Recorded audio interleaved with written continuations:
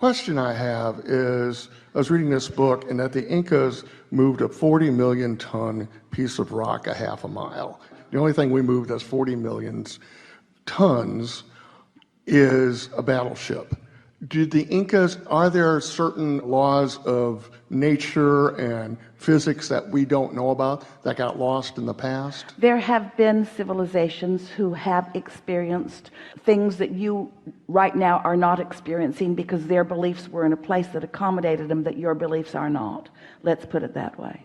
We also want to say that there are all kinds of things that you're reading today that are coming from the vibrational version of what's going on. We find it interesting, and we're not sidestepping the question at all, because we want you to feel grounded in what you are understanding here.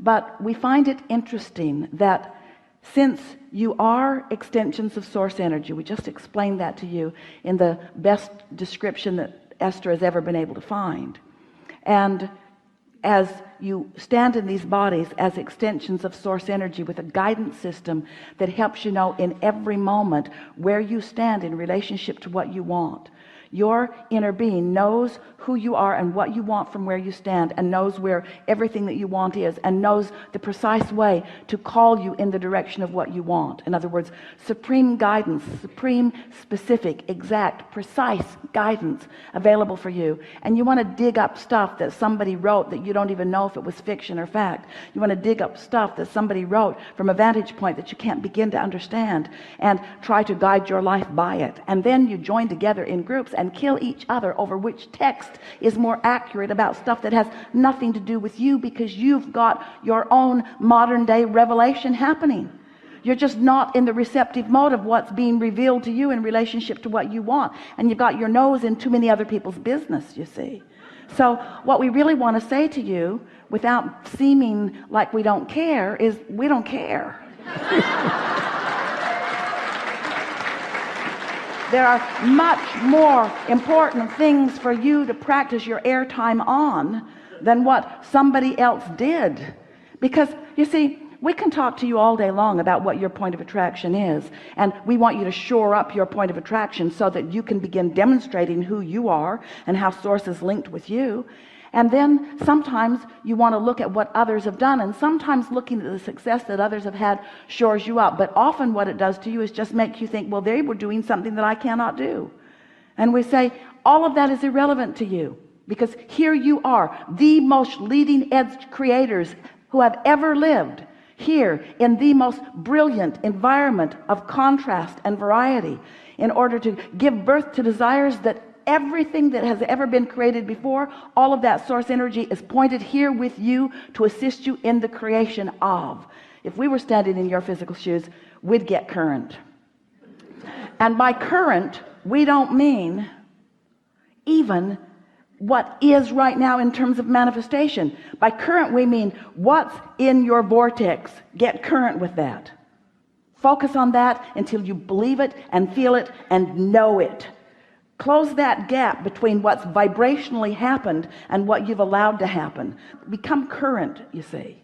Now, I feel, for the first time since I've been talking to you for 10 years, I feel current with this, and I feel like I know what's going on, and I feel like I can look with anticipation. I'm happy where I'm at, and I'm anticipating things getting better. Good. So the first time, and I didn't know it until I experienced it now. Yeah, it's because words don't teach. Right. So thank you. Really good. Really good. Yeah.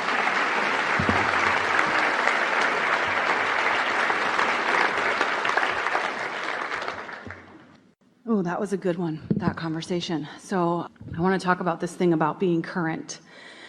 And I'm having some interesting experiences that I love.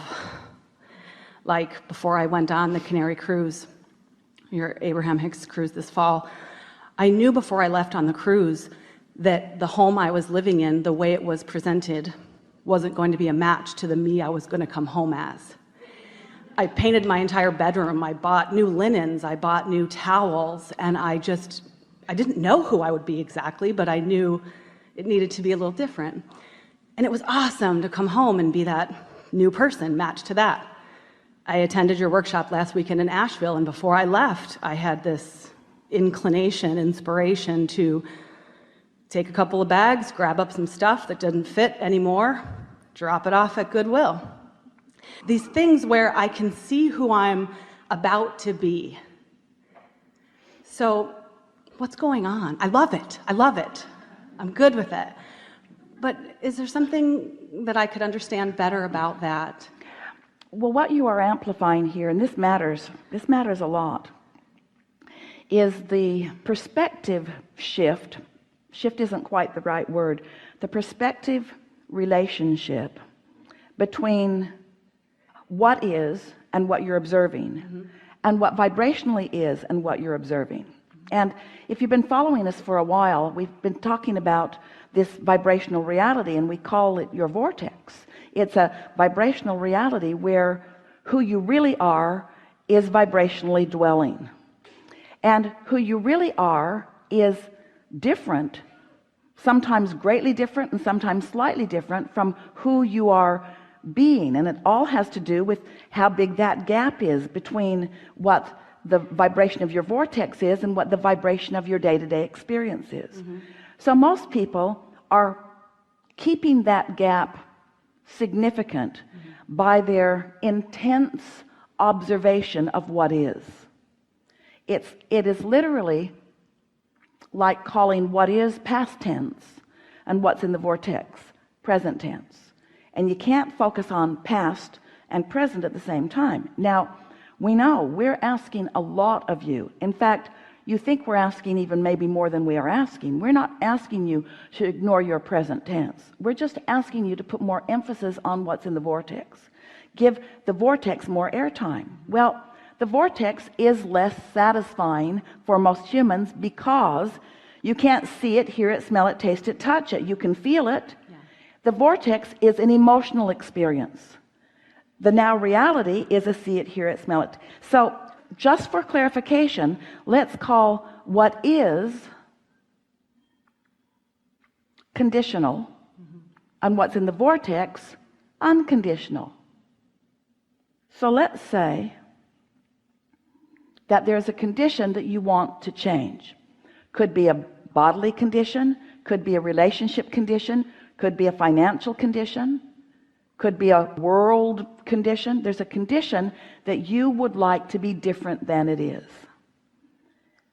And when you look at it as it is, your very attention to it as it is gets in the way of the evolution you seek. Because conditional doesn't work. Because condition holds you in the past and doesn't let you move into the future. You following this a bit? We know we're stretching your brain to get this, but stay with us because you're on the verge of understanding this. So let's say that what you want is more money, and the condition right now is full of evidence to the contrary. Your bank account tells you by the minute how much is in it, and your wallet does too, and you're moving around in life with all kinds of things that you are seeing and wanting and not being able to afford. Your credit card statements are coming in. In other words, there's a lot of factual information that is confirming to you what is, and we want to say what has been, but what is, what has been. So you can't do anything right now to change that. There's nothing that you can do in this moment that's going to change that right now. Long term you could, but right now it's not going to change. But what can change right now is you can change from worry to fun right now by focusing. You could change from concern to less concern right now. You could take a path of least resistance. Let's say you've got a job and you don't like it. Maybe it changed, maybe you've changed. You don't like your job, you'd like to quit. So you say, I'm going to quit my job. Well, that's not the path of least resistance. Quitting your job isn't the path of least resistance. You don't like it, but quitting it you would not like even more for a lot of reasons. So you can't do anything to change that condition right now. You're sort of trapped in it if you're approaching it conditionally. But you could call it a temporary job. That gives you a little relief. You could call it a short-term job. You could acknowledge that you're on your way to something that you like better. You could acknowledge that that job helps you identify what you like more. In other words, you can have an unconditional improvement in your emotion, and you can do it right now. You can improve your emotion enough that you become a vibrational match to what is current in your vortex, and now you and your vortex are one. There's no split in the vibration. So now the vibration of your vortex can be realized by you. An idea will occur to you. Now you're in the receptive mode, where when you're looking at the money that you don't have, you're not in the receptive mode. You see what we're getting at? It's powerful. When you become unconditional, when you don't spend so much time trying to explain what is by comparing what your is to what somebody else's is, by explaining to somebody else how you got to your what is, by defending your what is, even though your what is doesn't please you right now. And we just want you to let go of that conditional reality just for a little while and accept that everything you want to change is because you believe you will feel better when you do, and that you do have the ability to feel better now, whether any of it changes right now or not. And when you get that, you've got everything. And that's what's going on with you. In other words, you're starting to translate that, which means you're getting ideas about releasing some of that. Most of you spend so much time accumulating whatever it is. Maybe it's relationships, maybe it's money, maybe it's stuff. Go to the store and buy one more thing and bring it home, in order to fill a void that can only be filled with this vibrational acuity. In other words, that's what you're reaching for all along. And so what happens is, the more you allow yourself vibrational alignment, then the more you enjoy this alignment evolving, not devolving, evolving into more manifestations that please you. And so, of course, isn't it logical that as you evolve vibrationally, that the things that surround you would change too? Right. Yeah. So as I receive these inspirations, these thoughts, it's feeling good for me to just go for it. I've done things that might not seem to make sense in that moment, but they turn out absolutely perfectly. But here's the thing. We want to clarify the statement that you just made, and we want you to understand how it can help you and how it cannot help you. Okay. It's making sense to you because you're receiving the inspiration of it. But when you play it back through the lens of other people, then it doesn't make sense to you. Right. Well, don't do that. Yes. Okay. Because that's what holds you in patterns that aren't serving you. Right. It might not make sense to the old you, who really spent a long time looking for that and finding it and bringing it home and really liking it. Yes. But it's not a vibrational match to the current you. Thank you. And you got to be current or you're not whole. You got to be current or you're not in sync with the whole of who you are. You got to be current or you're not the extension of source energy that you mean to be. You got to be current. You got to be vibrationally current. And when you are vibrationally current, all kinds of things that felt meaningful to you because they were filling a void or shoring something up become unnecessary, and they easily fall by the wayside. And you get lighter and freer and lighter and freer. And we're not talking you out of possessions. That's not what we mean at all. But we are talking you out of possessions that you're using to justify or validate your goodness or your worthiness or your wholeness, because they will reflect how you feel, you see.